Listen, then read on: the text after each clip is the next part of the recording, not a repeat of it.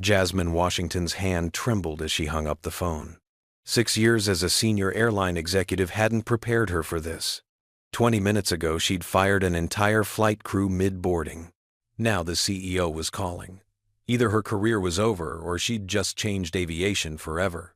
Before we dive into this incredible story, I'd love to know where you're watching from today. Drop your location in the comments, hit that like button, and subscribe to join our community of storytellers. Now, let's find out what drove this executive to make such a dramatic decision that would shake the entire airline industry. The shrill beep of an alarm cut through the darkness of Jasmine Washington's bedroom at precisely 4:30 a.m. She silenced it with practiced efficiency, already mentally cycling through the day's flight schedules at Atlanta International Airport. As Senior Operations Director for Skyroot Airlines, her mind never truly disengaged from work. Jasmine slipped into her crisp navy suit, catching her reflection in the mirror. At 42, her face showed the subtle lines of someone who'd fought for every step up the corporate ladder. From flight attendant to senior executive, she'd earned each promotion through relentless work ethic and sharp intelligence qualities that had to be twice as evident in a black woman to receive half the recognition. Another day proving I belong, she whispered to herself, a ritual affirmation that had carried her through countless moments of doubt. By 6:00 a.m., Jasmine was already at her desk in the operations center, surrounded by monitors displaying flight statuses, weather patterns, and crew assignments. Skyroot wasn't Delta or American. It was a scrappy regional carrier, fighting to carve out market share in a brutally competitive industry. What they lacked in size, they made up for in efficiency, largely due to Jasmine's leadership. Morning boss Tyler Reynolds said, placing a coffee on her desk. As her assistant for 3 years, he'd witnessed firsthand the precarious balance Jasmine maintained between authoritative leadership and the extra diplomacy required of someone in her position. Thanks, Tyler. What's our on-time performance looking like? 87% yesterday. Not bad considering the weather in Chicago. Jasmine nodded, taking a sip of coffee. The board won't be satisfied until we hit 90, especially with the quarterly meeting next week. Skyrout's financial situation remained tenuous. While they'd managed to stay profitable through pandemic recovery, their margins were razor thin. Every delayed flight, every maintenance issue, every staffing problem directly impacted their bottom line. Jasmine's operational innovations had been crucial in keeping them competitive. Her phone rang. The caller ID displayed Harold Jenkins, and Jasmine felt herself relax slightly. Harold had been her mentor since she first joined Skyroot, one of the few executives who'd recognized her potential beyond tokenism. Now, in his 60s and serving as Chief Strategy Officer, he remained her most trusted ally. Harold, what's on your mind this early? Just checking in on the diversity report for the board meeting. Lawrence is particularly interested in our pilot recruitment numbers. Jasmine sighed. As much as she appreciated CEO Lawrence Harrington's recent push for diversity, she sometimes felt like the initiative's success rested entirely on her shoulders. We've increased minority recruitment by 18%, but retention is still an issue. The old guard doesn't exactly roll out the welcome mat. Harold's voice lowered. Speaking of the old guard, Richard Whitley has been vocal in the pilot's lounge again. Captain Richard Whitley. Just the name caused tension in Jasmine's shoulders. A 35-year veteran pilot with impeccable flying credentials and equally impressive connections to the board. He also represented everything Jasmine was working to change the entrenched old boy network that viewed diversity as a threat rather than strength. What's he complaining about now? The usual. Standards being lowered, experience being overlooked, in favor of political correctness. He's particularly upset about some of the new hires. Jasmine glanced at her calendar. Well, he'll have to adjust. The industry is changing whether he likes it or not. What she didn't say was how exhausting it was being the face of that change. The constant questioning of her decisions, the subtle insinuations that her position was due to anything other than merit. For every supportive colleague like Harold, there were 3, like Whitley, who viewed her as an unwelcome disruption to tradition. As if summoned by her thoughts, an email notification appeared on her screen. Flight crew assignments for the day had been finalized. Among them, she noticed Whitley was captaining Flight 372 to Chicago, paired with First Officer Zora Mitchell, Jasmine paused, rereading the pairing. Zora was one of their newest pilots, highly qualified, with thousands of flight hours from her Air Force career, but also one of the few black female pilots they'd recently hired. She'd never flown with Whitley before. Something about the combination sent a ripple of unease through Jasmine. She made a mental note to check in later, then turned her attention to the morning's operational briefing.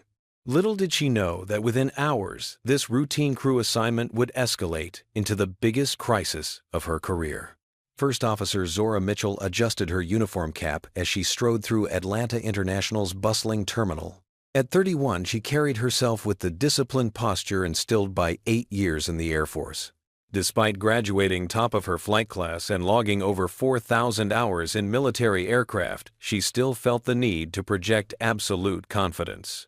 As one of the few black female pilots at Skyroot or any commercial airline, she knew her competence would be questioned in ways her white male counterparts never experienced.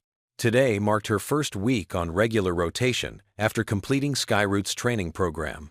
The airline's renewed commitment to diversity had opened the door, but Zora harbored no illusions she was here because of her exceptional qualifications not to fulfill a quota. Reaching the pilot's lounge, Zora checked the assignment board. Flight 372 to Chicago, Captain Richard Whitley. She'd heard the name mentioned in hushed tones among other new hires, a veteran pilot known for exacting standards and traditional views.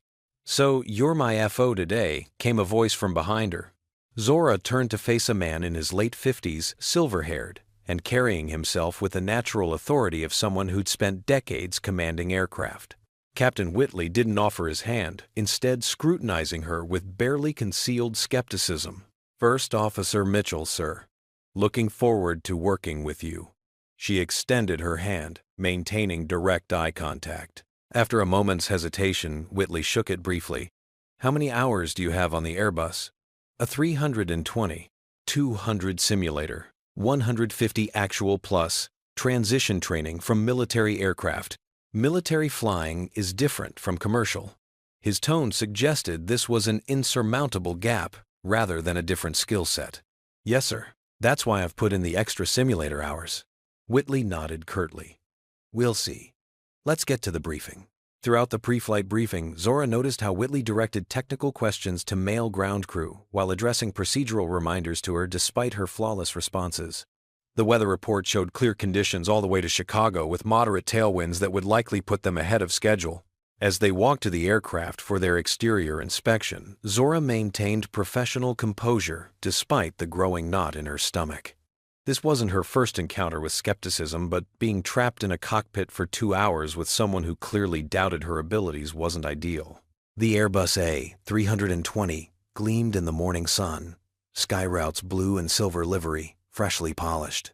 Zora began her systematic check of the aircraft's exterior, while Whitley reviewed the maintenance log. Mitchell Whitley called as they completed the inspection. "How many passenger-carrying commercial flights have you actually conducted as FO?" "This will be my 4th revenue flight with Skyroute, sir," she answered truthfully.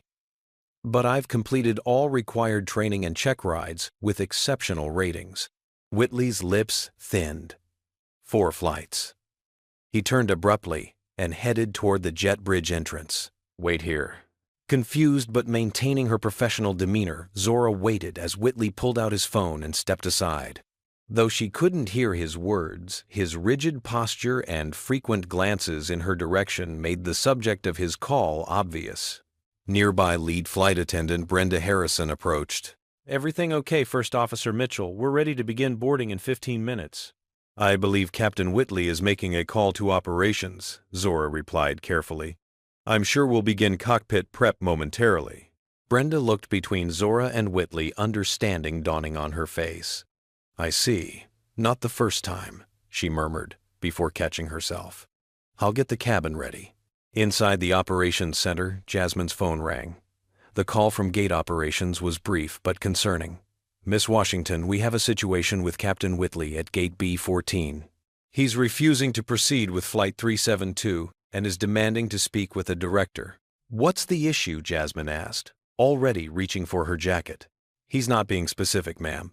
Just insisting on a different first officer for his flight." Jasmine's gaze flicked to the crew assignments on her monitor. "Zora Mitchell." Understanding crystallized instantly. I'm on my way. By the time Jasmine arrived at the gate, boarding had been delayed for 10 minutes. Whitley stood near the jet bridge entrance, his phone pressed to his ear. When he saw Jasmine approaching, he ended his call. Captain Whitley, I understand there's an issue with today's flight. Jasmine. He didn't use her title, a subtle but deliberate slight. Yes, I need a more experienced FO for this route.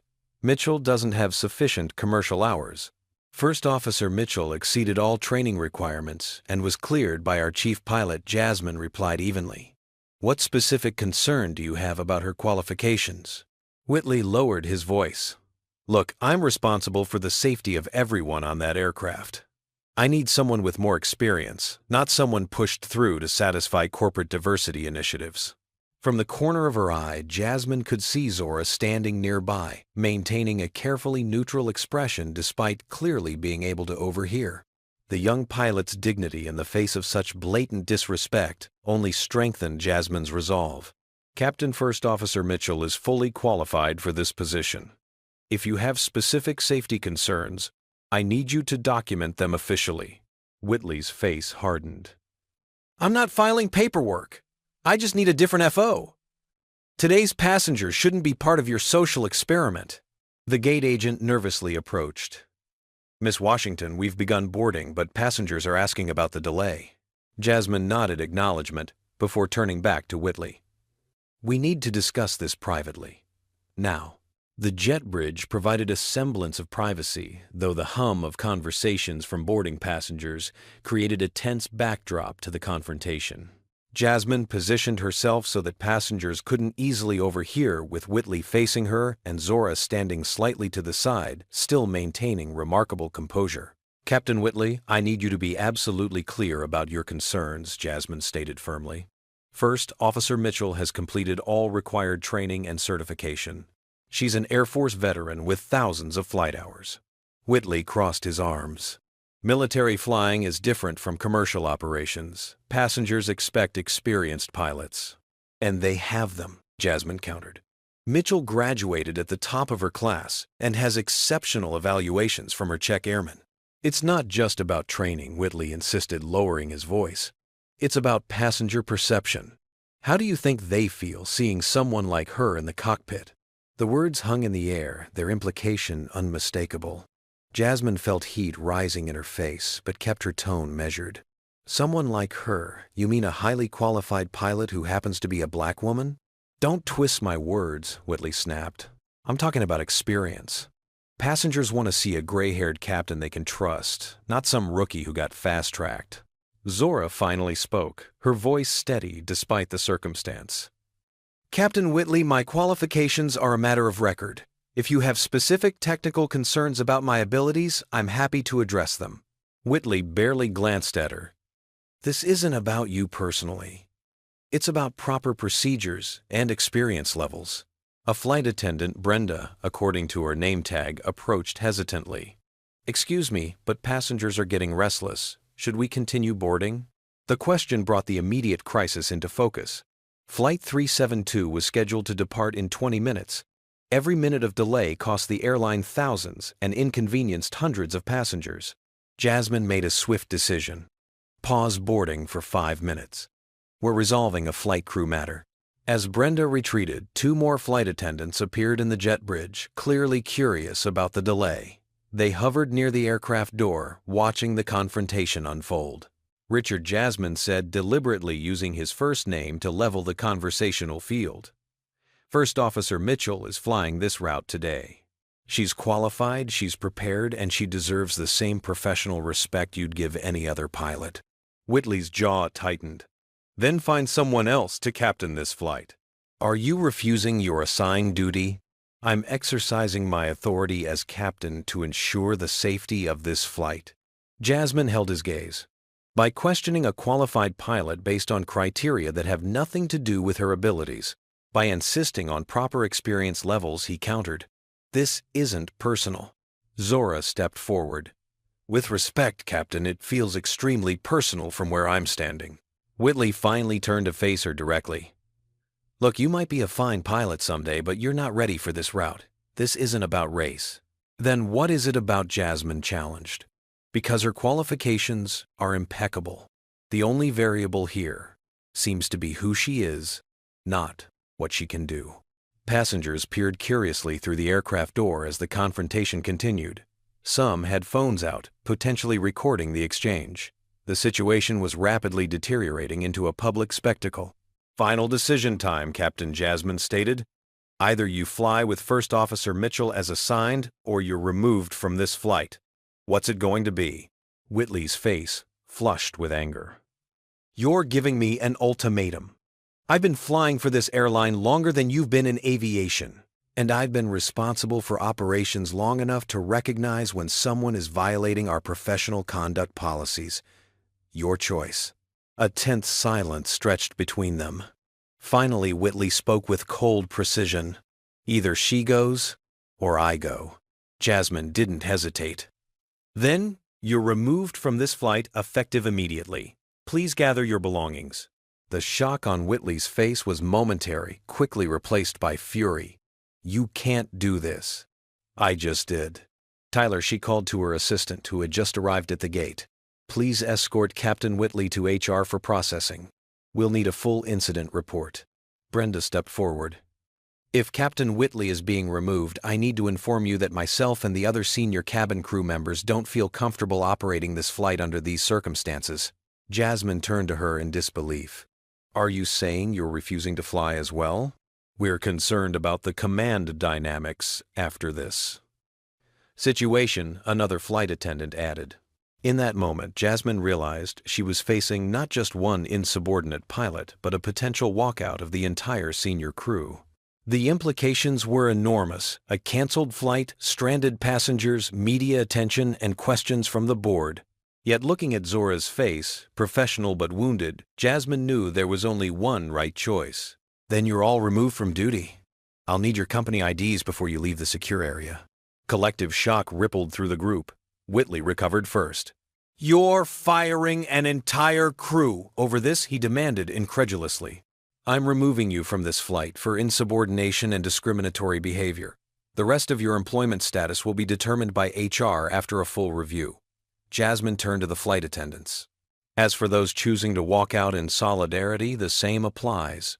Now, if you'll excuse me, I have a flight to staff." As the stunned crew members dispersed, Jasmine turned to Zora. "First, Officer Mitchell, please wait in the pilot's lounge. You'll be reassigned to a new captain shortly." For the first time, Zora's composure wavered. "Miss Washington, I never intended to cause this level of disruption." "You didn't cause anything," Jasmine replied firmly. "You showed up, qualified and ready to do your job. The disruption came from those unwilling to recognize your right to be here. Now, if you'll excuse me, I need to find a replacement crew and get these passengers to Chicago." As Jasmine strode back into the terminal, her phone buzzed with a message from Harold Lawrence, heard about Gate B14. "He wants to talk, as soon as possible."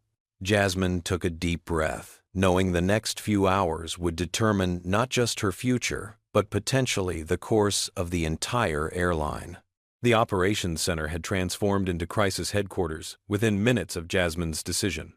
Dispatchers frantically called standby pilots, while crew schedulers scrambled to assemble replacement flight attendants.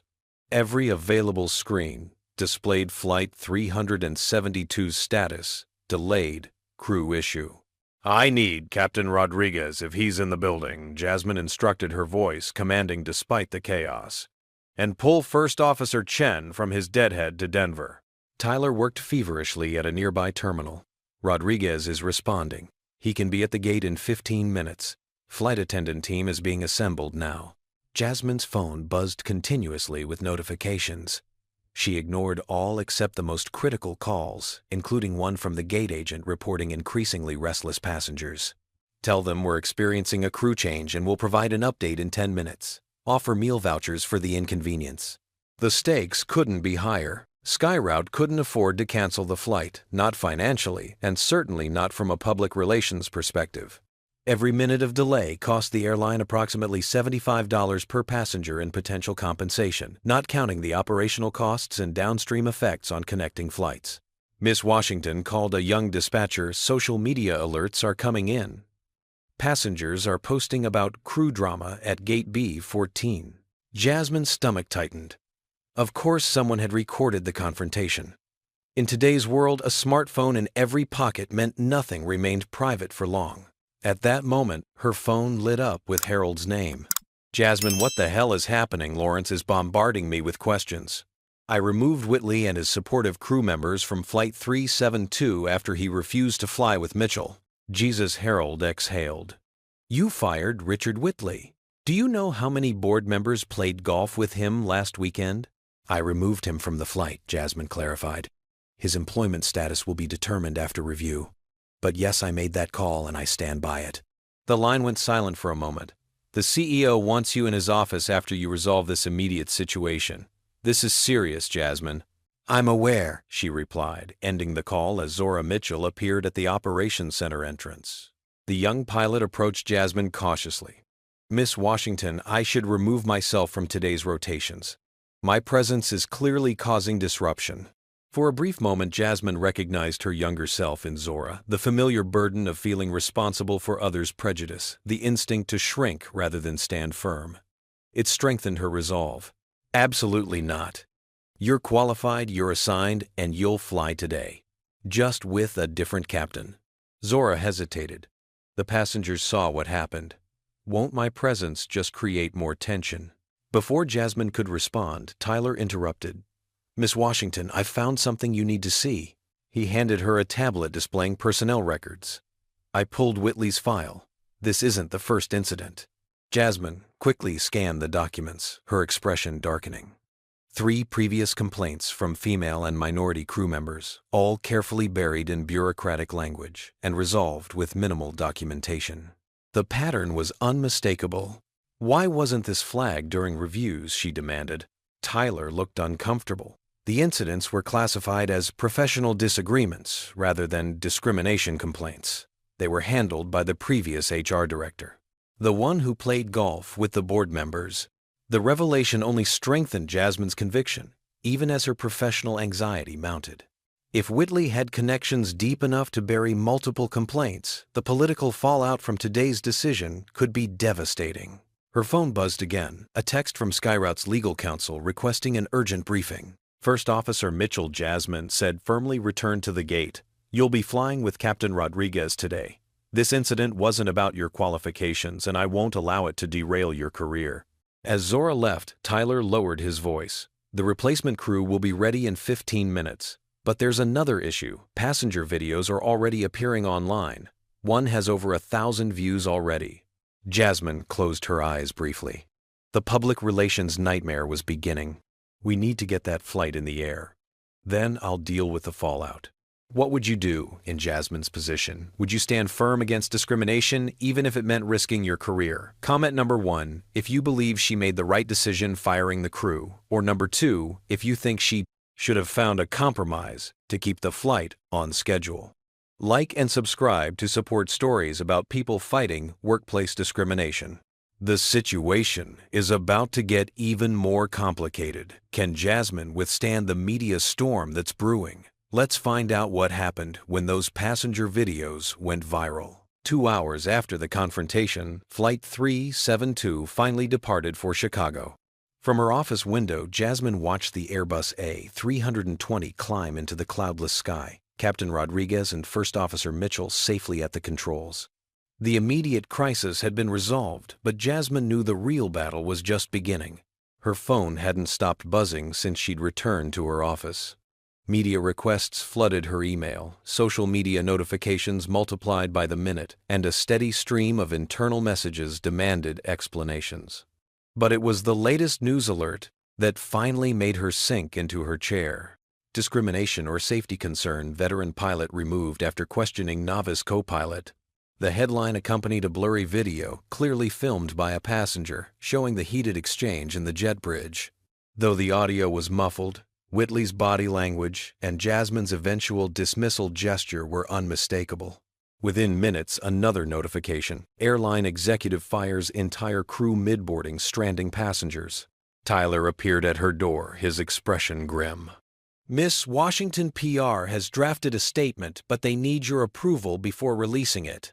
The draft was painfully cautious, full of corporate speak about investigating the incident and taking all concerns seriously, without acknowledging the discrimination at the heart of the matter. "This won't do," Jasmine said, pushing the tablet back to Tyler. "It reads like we're ashamed of our actions." Legal advised against making any specific claims until the investigation concludes. And in the meantime, Whitley controls the narrative. Jasmine gestured to her monitor, where a local news station was already featuring a phone interview with the captain. On screen, Whitley appeared composed and reasonable.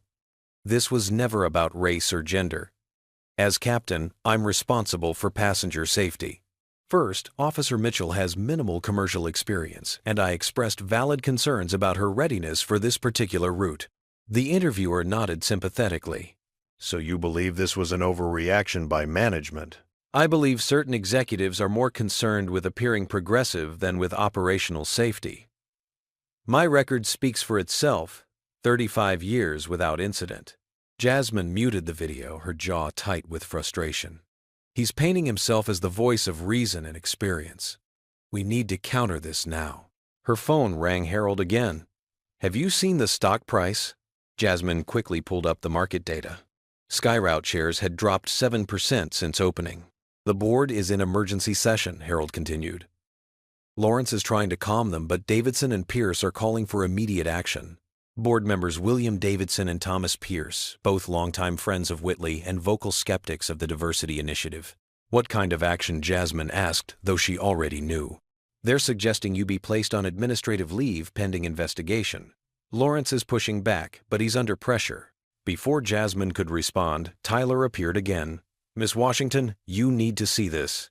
He handed her his tablet open to an aviation industry blog where a new article had just been published, "The Real Story Behind Skyroute's Crew Crisis." The piece featured quotes from former Skyroute employees alleging a pattern of discriminatory behavior by Whitley, including previously unreported incidents with other minority crew members. How did they get this information so quickly, Jasmine wondered aloud. "It seems other employees have been waiting for someone to finally stand up to him," Tyler replied. As if on cue, Jasmine's email pinged with a message from a former first officer who'd left Skyroute 2 years earlier. "I experienced similar treatment from Captain Whitley in 2023. I have documentation if it helps." Harold's voice came through the phone she'd forgotten was still active. "Jasmine, are you still there?" "Yes, sorry. Harold, this is bigger than today's incident. We're getting reports of a pattern of behavior. That may help your case, but right now the narrative is splitting along predictable lines. Half the internet is calling you a hero, the other half thinks you endangered passengers to make a political statement." A notification appeared on Jasmine's screen, a message from Lawrence's assistant requesting her presence in the CEO's office immediately. "I have to go," she told Harold. "Lawrence is summoning me. Good luck. For what it's worth, I think you made the right call." Jasmine ended the call and took a deep breath. As she gathered her materials for the meeting, another alert caught her eye. Competitor airlines were issuing statements reinforcing their commitment to diverse hiring and inclusive workplaces, a transparent attempt to capitalize on Skyroute's controversy. The industry-wide conversation about diversity in aviation was erupting into full public view. Aviation blogs and forums exploded with debates about pilot demographics. Statistics circulated showing that less than 3% of commercial airline pilots were black and fewer than 6% were women. Skyroute's recent diversity push had been a small corrective to a massive imbalance, one that most passengers never noticed because the cockpit door remained closed. As Jasmine walked toward the executive suite, her phone buzzed with a text from Zora, landed safely in Chicago. "Wanted to thank you again for your support today." The message strengthened Jasmine's resolve. Whatever professional price she might pay standing up for qualified professionals like Zora was worth it. Outside Lawrence's office, she paused to straighten her jacket and collect her thoughts. Through the glass walls, she could see the CEO pacing, while on a call, his expression tense. Several board members appeared to be present via video conference. This meeting could end her career, or define it. Either way, Jasmine knew she wouldn't apologize for doing what was right. Taking a final deep breath, she knocked on the door and entered. The CEO's office felt more like a war room than an executive suite. Lawrence Harrington stood behind his desk, his usually perfect posture now rigid with stress. On the large wall monitor, 4 board members watched via video conference, their expressions ranging from concerned to openly hostile. "Ah, Jasmine. Please join us," Lawrence said, gesturing to an empty chair. His tone was neutral, but the tension in the room was palpable. Board Chairman William Davidson spoke first, his voice clipped with barely contained anger. "Miss Washington, perhaps you could explain why you thought it appropriate to create a public relations disaster by firing a senior captain with 3 decades of experience." Jasmine remained standing. "I removed Captain Whitley from today's flight after he refused to fly with a fully qualified first officer based on criteria unrelated to her abilities. His refusal constituted insubordination under company policy." "He expressed safety concerns," countered Thomas Pierce, another board member. "As captain, that's his prerogative." "With respect, Mr. Pierce, Captain Whitley didn't cite specific safety concerns. He objected to First Officer Mitchell's presence in general terms while acknowledging her technical qualifications." Lawrence interjected, "The specific language used is critical here. Jasmine, do you have documentation of exactly what was said?" Before she could respond, Harold's voice came from the doorway. "I believe I can help with that." All heads turned as Harold entered carrying a tablet. "I've compiled statements from witnesses at the gate, including 3 passengers and 2 ground crew members. The consensus is clear. Captain Whitley objected to Mitchell's assignment based on her limited commercial experience, but when pressed for specific safety concerns, pivoted to discussing passenger perception and comfort levels." "That still doesn't justify," Davidson began, but Harold wasn't finished. "I've also pulled Captain Whitley's personnel file. There are 3 previous incidents where female or minority crew members filed complaints about his behavior. All were classified as professional disagreements rather than discrimination cases.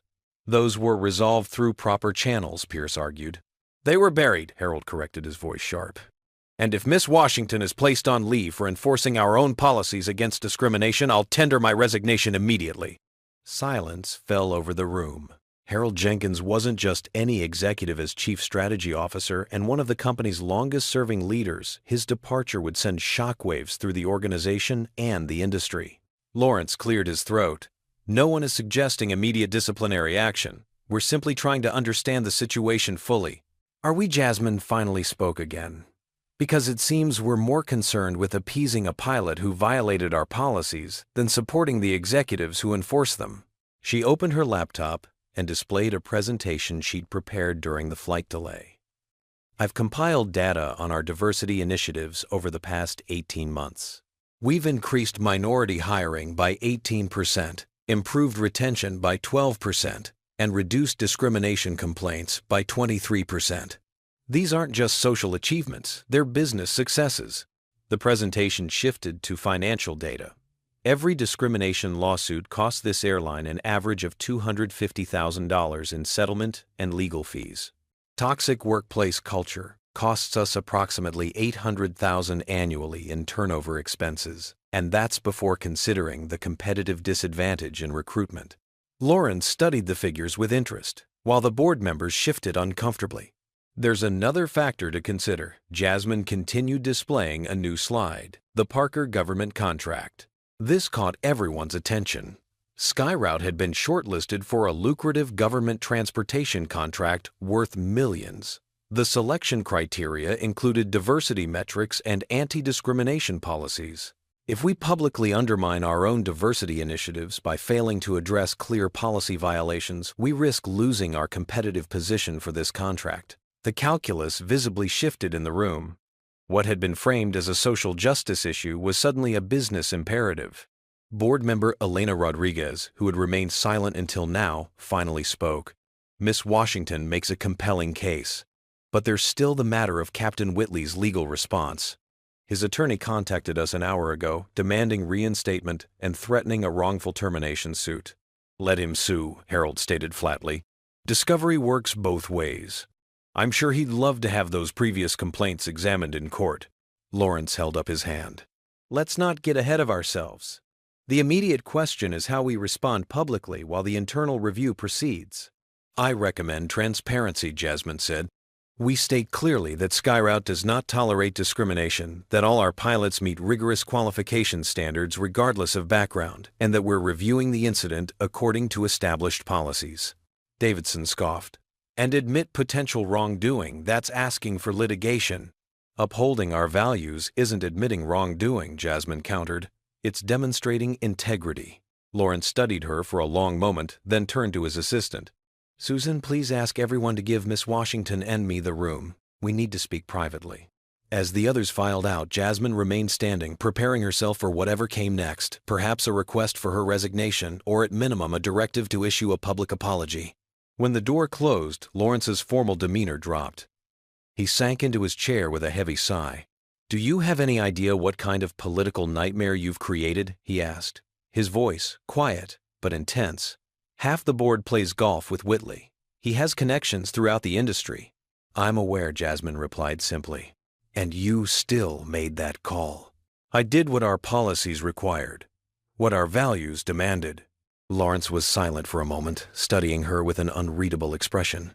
Then, unexpectedly, he laughed a short, surprised sound. "You know, when I promoted you to operations director, several board members questioned whether you had the decisiveness needed for the role." He made air quotes around the word, implying it had been a coded critique. "I believe you've answered that question definitively." Jasmine remained cautious. "So, you're supporting my decision?" "Let me be clear, this situation is a management and PR nightmare." But he continued, holding up a hand to forestall her response. "It's also an opportunity to demonstrate what kind of airline we actually are, not just what we claim to be in press releases." He stood and walked to the window overlooking the tarmac. "Did you know we received an acquisition inquiry last week?" The abrupt change of subject caught Jasmine off guard. "No, I didn't." "Transglobal Airlines. They're interested in our routes, our regional infrastructure, and surprisingly, our diversity initiatives. Their CEO specifically mentioned our progressive approach to workforce development as an asset. Transglobal was a major international carrier 3 times SkyRoute's size. An acquisition could secure the company's future in an industry where regional airlines were increasingly vulnerable." "The board hasn't been briefed yet," Lawrence continued. "I was planning to present it at next week's meeting, but this incident changes the calculus." Jasmine began to see the bigger picture. Transglobal wouldn't want to acquire an airline with public discrimination issues. Precisely. Nor one that lacks the courage to stand by its stated values. Lawrence turned back to face her. "So while certain board members might prefer to sacrifice you to appease Whitley, that would be profoundly short-sighted from a business perspective." For the first time since the confrontation, Jasmine felt the knot in her stomach begin to loosen. "What do you need from me?" "A full report on the incident documentation of any pattern of behavior from Whitley, and a proposal for strengthening our anti-discrimination policies. Not as punishment or reaction, but as organizational improvement." "I can have that by morning." "Good," Lawrence nodded.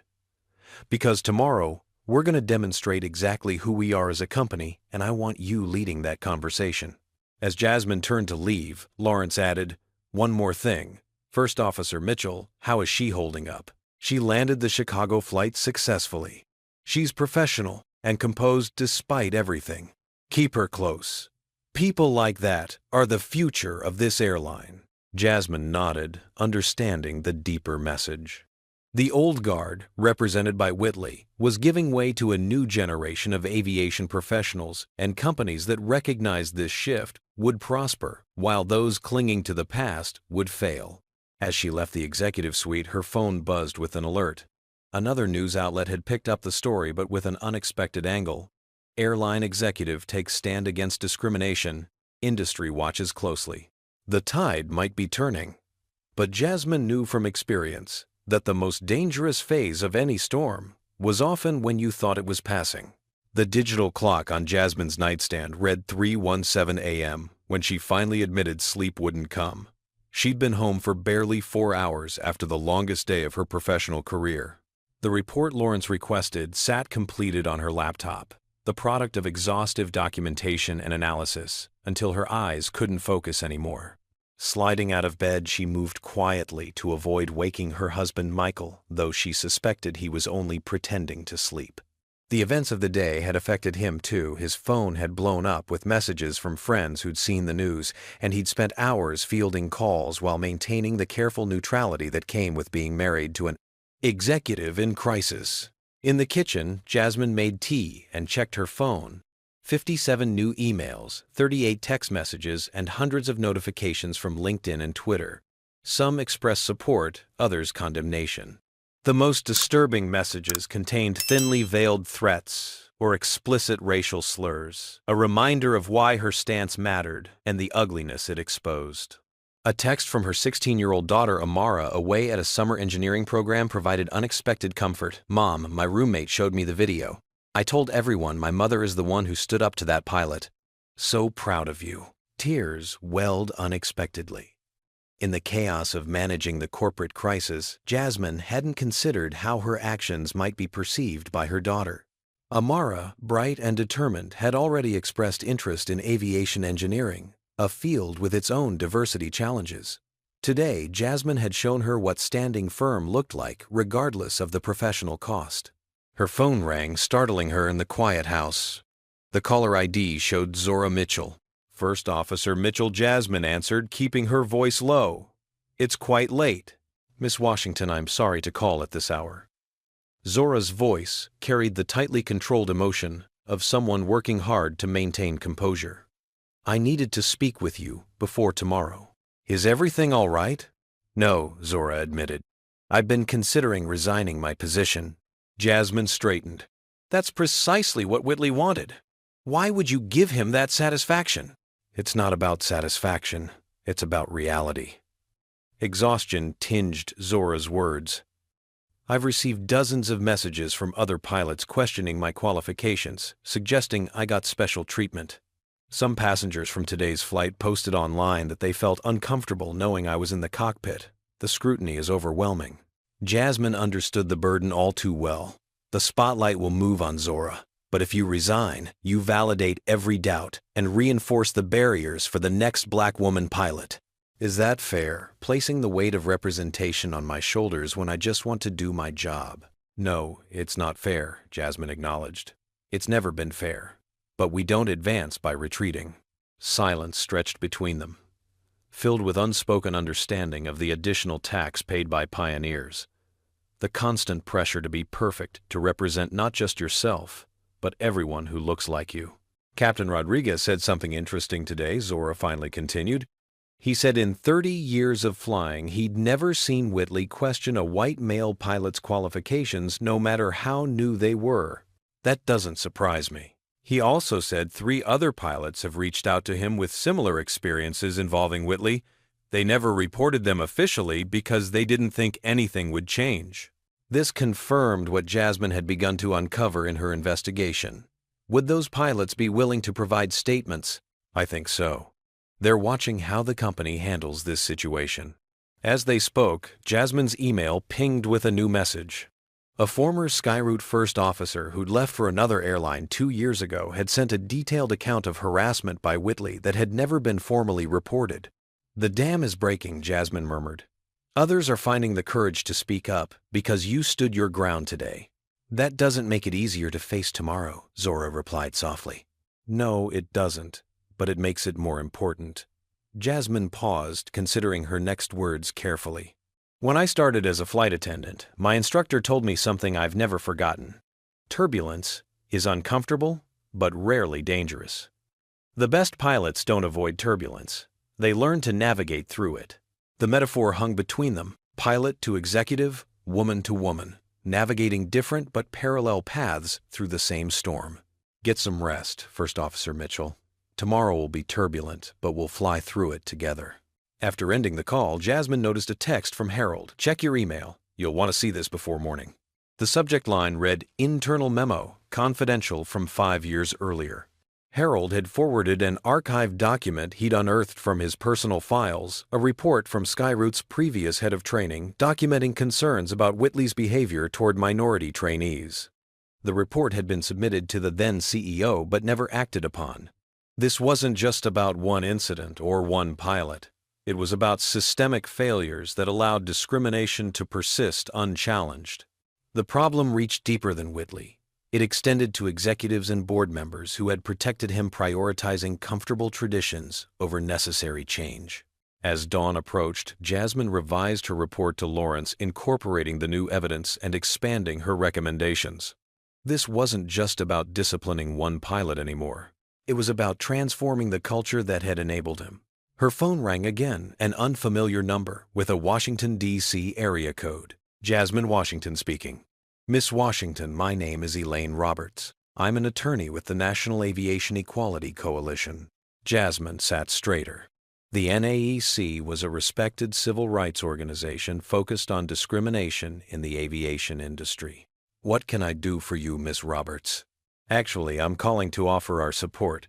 We've been monitoring the situation with Captain Whitley, and we believe your actions represent precisely the kind of leadership the industry needs. The conversation that followed opened new possibilities. Jasmine hadn't considered potential allies beyond Skyroute industry-wide implications and the opportunity to turn a crisis into meaningful change. By the time Michael found her at the kitchen table, surrounded by notes and her laptop, the first light of dawn was breaking. He placed a hand on her shoulder, noting the determined set of her jaw. You haven't slept at all, have you? No, she admitted. But I've found clarity. About what happens next. Jasmine looked up at him, steel in her eyes despite her exhaustion. About what needs to change and how I'm going to change it. Michael studied her face, recognizing the expression she wore when a decision had been made. Whatever comes next, I'm with you. We all are. He was right. In the past 12 hours, Jasmine had discovered she wasn't fighting alone. From Harold's unwavering support to Zora's quiet courage, from the former employees finally speaking their truth to allies reaching out from across the industry, a network was forming around a shared conviction that the status quo was no longer acceptable. Whatever personal cost she might pay in stress, scrutiny, or career risk paled against the cost of remaining silent. As she prepared for the most important meeting of her career, Jasmine carried with her not just evidence and arguments, but the strength of knowing that sometimes doing what's right is its own reward, regardless of the outcome. The morning sun cast long shadows across Lawrence Harrington's office as Jasmine entered, her revised report tucked under her arm and a quiet determination in her step. She'd changed into her sharpest suit armor for the battle ahead, but the dark circles under her eyes betrayed her sleepless night. Lawrence stood by the window, his back to the door, speaking quietly on his phone. When he turned, Jasmine was surprised to see equal exhaustion in his face. You look like you've had the same night I have, she observed as he ended his call. Probably worse, Lawrence replied, gesturing for her to sit. The board has been in emergency session since 5 a.m. Davidson and Pierce are pushing for immediate damage control, specifically your suspension and Whitley's reinstatement. Jasmine placed her report on his desk. Before we discuss that, you should review this. The situation is more extensive than we initially understood. Lawrence scanned the executive summary, his expression darkening as he absorbed the documented pattern of behavior, the suppressed reports, and the testimonials from former employees that had flooded in overnight. This is damning, he acknowledged. But it may not matter. The narrative is already forming experienced captain versus diversity hire. Safety concerns versus political correctness. The stock dropped another 4 points in pre-market trading. Jasmine had anticipated this response. What if I offered to resign? Would that satisfy the board? Lawrence's head snapped up, surprise evident in his expression. Is that what you want? Lawrence stood by the window, his back to the door, speaking quietly on his phone. When he turned, Jasmine was surprised to see equal exhaustion in his face. And you think sacrificing yourself is the answer? His tone sharpened. That's exactly what Davidson wants. Sweep everything under the rug, return to business as usual, and pretend this never happened. Jasmine leaned forward. I'm not suggesting capitulation. I'm asking about strategic positioning. If my resignation buys us credibility to implement real reforms. The office door swung open, interrupting her. Harold entered without knocking, his usual professional demeanor replaced with barely contained excitement. Sorry to interrupt, but you both need to see this immediately.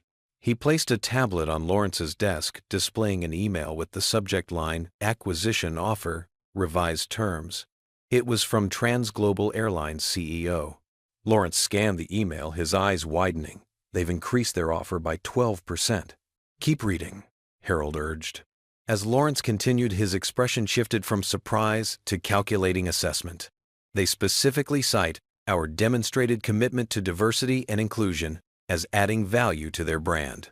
They've moved up their timeline and want to announce the deal next week. That's not all, Harold added. Check your email. We're commenting. The Department of Transportation just confirmed we're their preferred candidate for the Parker contract, pending final review of our anti-discrimination protocols. Jasmine struggled to process the rapid shift in circumstances. When did all this happen? Overnight, Harold replied. TransGlobal's CEO personally called me this morning. He saw the news and said, and I quote, "This is exactly the kind of principled leadership we want to acquire." Lawrence set the tablet down, a slow smile spreading across his face. Well, this changes the dynamics considerably. There's more, Harold continued. 3 additional pilots have come forward with formal complaints against Whitley from incidents at other airlines before he joined SkyRoute. And the Airline Pilots Association has issued a statement supporting proper enforcement of anti-discrimination policies. Lawrence turned to Jasmine. You were about to offer your resignation to save the airline. It appears you may have saved it by standing your ground instead. Before she could respond, Lawrence's assistant appeared at the door. Sir, the board is reconvened and waiting for your recommendation. Lawrence gathered the reports Jasmine had prepared. Let's not keep them waiting. The boardroom fell silent as Lawrence, Jasmine, and Harold entered. On the video screens, the remote board members watched with varying expressions of impatience, concern, and curiosity. Thank you for your patience, Lawrence began. Before we continue our discussion of yesterday's incident, I need to update you on several significant developments. With methodical precision, he laid out the new acquisition offer, the government contract status, and the additional evidence regarding Captain Whitley. The atmosphere in the room shifted palpably as the financial implications became clear. In light of these developments, Lawrence concluded, I recommend we take the following actions. First, we publicly affirm our commitment to our anti-discrimination policies and express full support for Ms. Washington's enforcement of those policies. Second, we proceed with the disciplinary review of Captain Whitley according to standard procedures with no preferential treatment. Third, we implement Ms.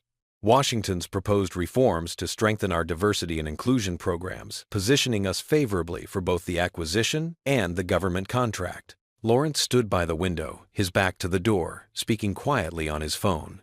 When he turned, Jasmine was surprised to see equal exhaustion in his face.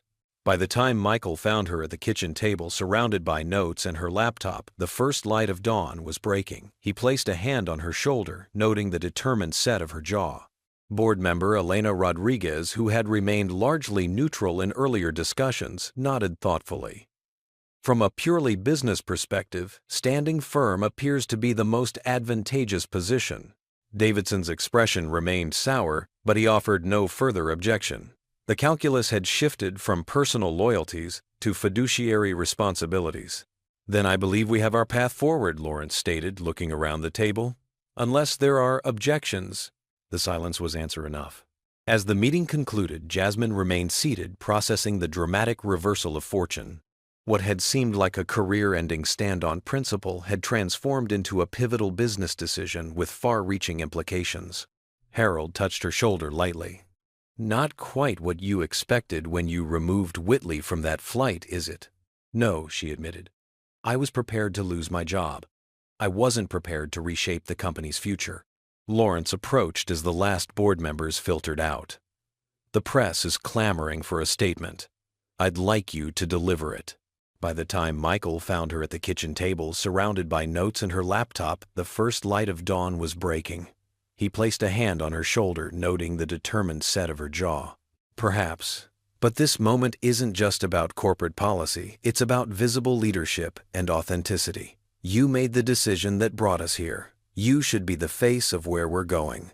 As they walked together toward the press briefing room, Lawrence added quietly, By the way, that resignation you were about to offer, I wouldn't have accepted it. No. Because leaders who stand by their principles, even when it's difficult, are precisely the ones you need during transformation. And make no mistake, Jasmine transformation is exactly what's coming. The press room buzzed with reporters and cameras. As Jasmine stepped to the podium, she caught sight of Zara Mitchell standing at the back of the room, still in her pilot's uniform. Their eyes met briefly, leader to leader, acknowledging the path they were forging together. Taking a deep breath, Jasmine began to speak. Yesterday, Skyroute Airlines faced a choice between comfortable tradition and necessary progress.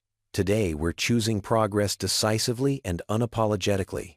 As she continued outlining the company's commitment to equal opportunity and professional standards for all employees, Jasmine realized that the true turning point wasn't the incident itself, nor the unexpected business implications that followed. It was the moment she decided that principles mattered more than popularity, that doing what was right outweighed doing what was easy.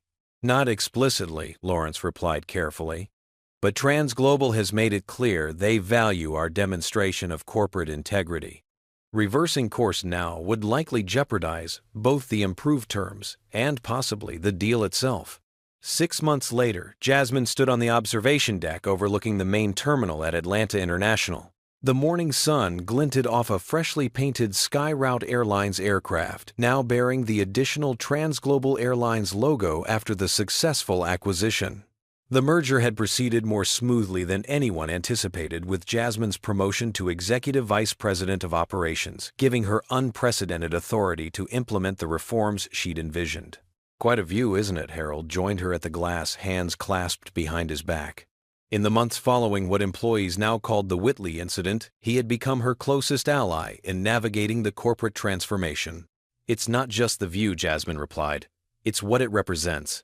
Below them, the terminal bustled with activity. Skyroute's distinctive blue uniforms moved purposefully through the crowds, worn by a visibly more diverse workforce than 6 months earlier. The company's new mentorship program, spearheaded by Zara Mitchell, had already begun attracting minority candidates who previously wouldn't have considered aviation careers. The quarterly numbers came in, Harold said. Applications from qualified minority candidates are up 68%. Retention has improved across all departments, and employee satisfaction scores are the highest they've been in 5 years. And the financials, Jasmine asked, though she already knew the answer. Harold smiled. Ahead of projections. Turns out principles can be profitable when you commit to them fully. The journey hadn't been without challenges. Richard Whitley had indeed filed a wrongful termination lawsuit, backed by a few remaining allies from the old guard. But faced with overwhelming evidence of his pattern of behavior, the courts had dismissed the case. The legal victory had further validated Jasmine's decision and strengthened the company's new direction. More surprisingly, several former critics had become valuable allies in the transformation. Board member William Davidson, initially Whitley's strongest defender, had undergone something of a conversion after his college-aged granddaughter told him she was considering a career as a pilot and asked if he thought she'd face discrimination. He placed a tablet on Lawrence's desk, displaying an email with the subject line, "Acquisition Offer, Revised Terms." It was from TransGlobal Airlines CEO. "Admiring your handiwork," Reyes asked, with a smile gesturing toward the busy terminal. "Just reflecting on how much can change in 6 months," Jasmine replied. "Speaking of change," Lawrence said, Aviation Weekly wants to feature you in their Leadership in Transformation issue. They're particularly interested in how the incident became a catalyst for industry-wide conversations about diversity in aviation. Jasmine had grown more comfortable with the public attention, recognizing it as a platform rather than a spotlight. Industry publications had begun featuring Skyroute's diversity initiatives as a model, with several competitors quietly implementing similar programs. "I'll speak with them, but we should make sure Zora is included. Her perspective is equally important." At the mention of her name, Jasmine spotted Zora walking confidently through the terminal below, now wearing the 4 stripes of a captain on her shoulders. Her promotion had come through last month, earned through merit and performance rather than any special consideration. "Captain Mitchell's first flight as command pilot departs in an hour," Harold noted, following Jasmine's gaze. Flight 372 to Chicago, ironically enough. The symbolism wasn't lost on any of them. The same route that had sparked the confrontation 6 months ago would now be captained by the very pilot whose qualifications had been questioned. The full circle moment represented everything they'd worked to achieve. "I should get back to my office," Reyes said. "The integration team needs input on the training standardization proposal." As he and Lawrence departed, Harold lingered with Jasmine at the window. "You know, when you removed Whitley from that flight, I thought you were committing career suicide," he admitted. "I supported you because it was right, not because I thought it would succeed." "I felt the same way," Jasmine acknowledged. "I was prepared to lose everything." "Instead, you gained an airline," Harold chuckled. "The universe has a strange sense of humor sometimes." Jasmine watched as Captain Mitchell conducted her pre-flight walk-around inspection below, methodically checking every aspect of the aircraft she would command. Several passengers watched from the terminal windows, perhaps recognizing her from the news coverage that had made her something of an aviation celebrity. It was never about gaining power, Jasmine reflected. It was about removing barriers for her, for others like her, for everyone who deserves an equal chance to prove their abilities. "Mission accomplished, then?" Harold asked. "Mission begun," Jasmine corrected. "We've changed policies and practices, but culture takes longer. This is just the first step." An announcement echoed through the terminal. SkyRoute Airlines, operated by Transglobal Flight 372 to Chicago, is now boarding at Gate B14, the same gate where it had all started. Jasmine smiled at the coincidence. "I should get to the ceremony," she said, checking her watch. "The new training center, ribbon cutting, starts in 20 minutes. The state-of-the-art facility represented one of the most visible aspects of SkyRoute's transformation. A $12 million investment in simulator technology and training programs specifically designed to create pathways for underrepresented groups in aviation. As Jasmine made her way through the terminal, several employees greeted her with newfound respect. The crisis that might have ended her career had instead cemented her reputation as a principled leader, willing to stand firm when it mattered most. Outside Gate B14, she paused to watch as Captain Mitchell boarded the aircraft. Through the cockpit window, she saw Zora settle into the left seat, the captain's seat, with the natural confidence of someone who belonged there without question. A passenger approached, Jasmine, recognition dawning on her face. "You're the executive who stood up for that female pilot, aren't you?" "Yes," Jasmine acknowledged, simply. "My daughter wants to be a pilot," the woman continued. "She's 15. After seeing that story, she put a poster of Captain Mitchell on her wall. Thank you for showing her it's possible." As the woman continued to her gate, Jasmine felt the full weight of what they'd accomplished. Beyond policies and promotions, beyond corporate structures and financial metrics, they'd changed something more fundamental. They'd expanded the realm of what seemed possible for the next generation. Through the window, she watched as Flight 372 pushed back from the gate, Captain Mitchell at the controls. As the aircraft taxied toward the runway, Jasmine reflected on the question that had haunted her 6 months earlier: was a principle worth a career? The answer had proven to be more complex than she'd imagined. By standing firm for what was right, she hadn't sacrificed her career, she'd elevated it. More importantly, she'd helped create space for others to rise alongside her. As Captain Mitchell's aircraft lifted smoothly into the sky, Jasmine felt a sense of completion. Not an ending, but a beginning for SkyRoute, for the industry, and for every person who would now find the path a little more open than before. Some moments defined not just careers, but legacies. 6 months ago, in a split-second decision at Gate B14, Jasmine Washington had found hers. This story illustrates several powerful truths about confronting discrimination in the workplace. First, standing up for what's right often requires immense courage and the willingness to risk personal consequences. Jasmine was prepared to sacrifice her career to uphold principles of fairness and equality, showing that true leadership means doing what's right even when it's difficult. Second, systemic change rarely comes without resistance. The entrenched culture represented by Captain Whitley didn't develop overnight, and dismantling it required more than one action. It demanded sustained commitment and structural reform. Third, allyship matters profoundly.